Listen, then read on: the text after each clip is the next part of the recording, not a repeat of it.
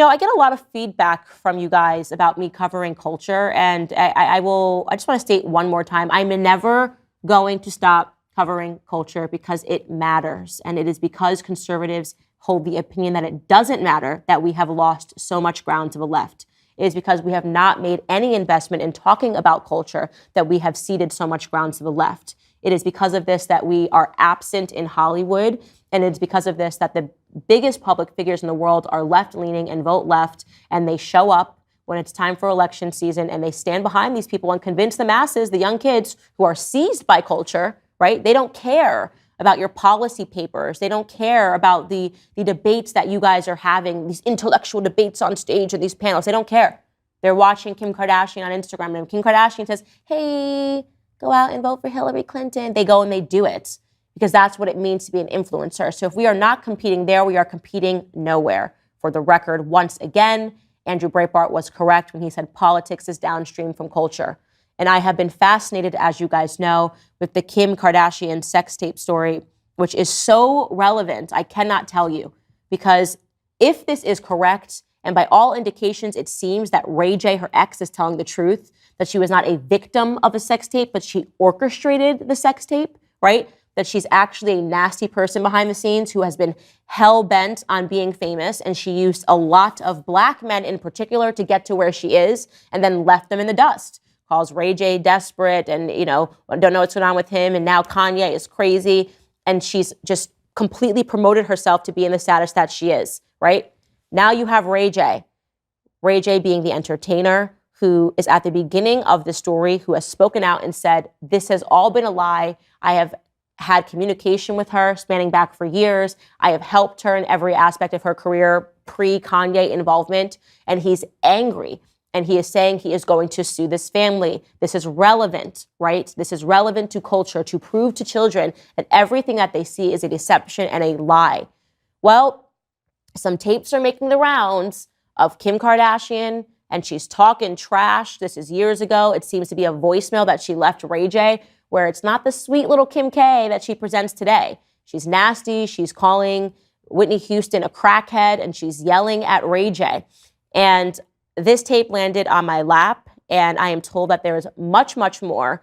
And it is the opposite version of the Kim Kardashian that your kids have been following. This is just a sample of the tape. Again, this is a voicemail that she left Ray J. Take a listen. Ray, it's Kim.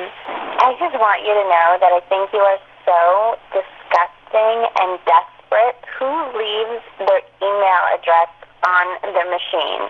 You clearly want people to call you, but yet you won't call me back.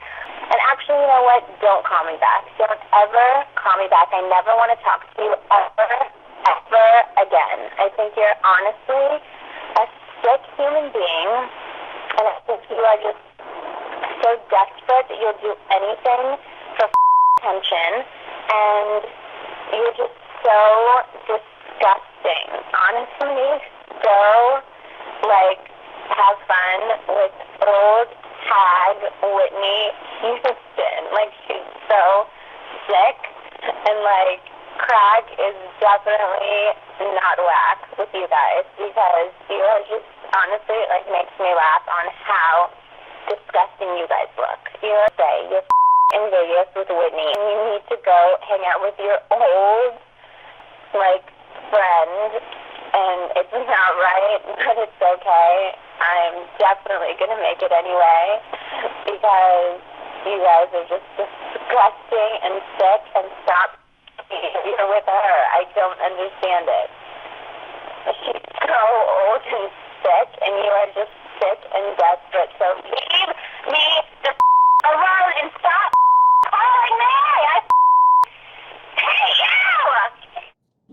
So it's being alleged that she left that voicemail because she was upset that Ray J at that moment was becoming more famous than her because he was dating Whitney Houston, who obviously has now passed.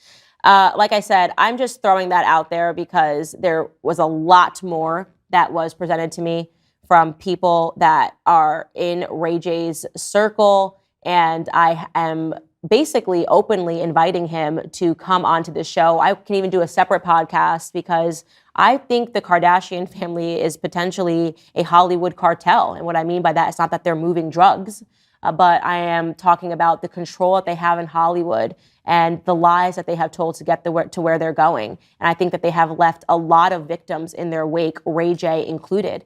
He's rightfully angry, and I want to keep covering that because a family like this should be exposed. So Ray J, if you're seeing this, open invite. So you are not even going to believe this, but you should believe it because it's TikTok. TikTok has banned users from even searching for the term White Lives Matter, listing the phrase as being associated with hateful behavior. When searching for videos or profiles that contain the term White Lives Matter, you're going to be met with a message which states, quote, "No results found. This phrase may be associated with hateful behavior. TikTok is committed to keeping our community safe and working to prevent the spread of hate. For more information, we invite you to review our community guidelines," end quote.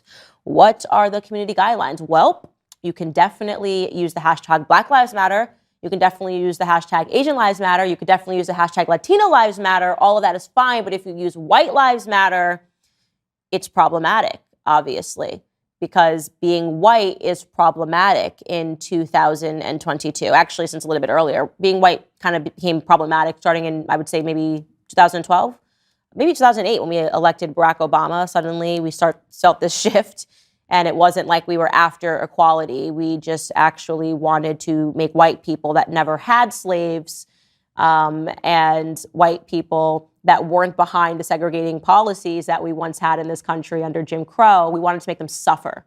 And so we've been doing that for a while. And TikTok has taken a strong stance against this because TikTok is owned by China, who keeps Muslims in concentration camps. That's totally fine. But what they really care about is the hashtag White Lives Matter. By the way, you can, if you want to on TikTok, put up your child talking about their puberty blockers, as we have shown on the show. Also, if you want to, you can join a community for cutting yourself on TikTok, as we've shown on the show. There are teenagers who are cutting themselves and they join the groups and they're becoming pseudo-trans, they're becoming pseudo-cutters, and they're showing signs of various disorders that are not actually the real disorders, right? Because they're just trying to find a community and they want to belong to an online community. Yeah, TikTok fosters that environment. They love it. If you are a guy and you put on a dress and you frolic through the woods and say, I'm a woman, TikTok will make sure that you get tons of followers.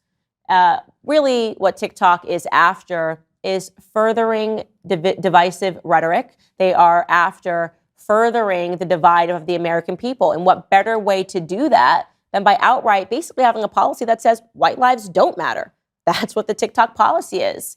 And I implore you, if you are listening to this show, I say it over and over again, this is without question the most harmful app. It is the most obvious. It is so obvious what China is trying to do, which is weaken the American people. It is trying to weaken the unity that we have. And it is also after your children, molding minds to hate white people in this regard, molding minds to think that there are no genders, molding minds to have a short attention span. It is very easy for you to, within your own household, say TikTok will not be allowed. That is a rule in my household. I'm a little more extreme. My kids are not going to be allowed to have social media full stop until they're old enough. But this is what we have to do. These little acts of protest start within our own household. So please, please, if you have children that are on TikTok, just force them to delete the app. Be the bad parent. Don't be their friend. Say, you know what? It's cool because I'm actually not your best friend. I'm your mom. I'm your dad. I'm your grandma. I'm your grandpa. Do something about it today.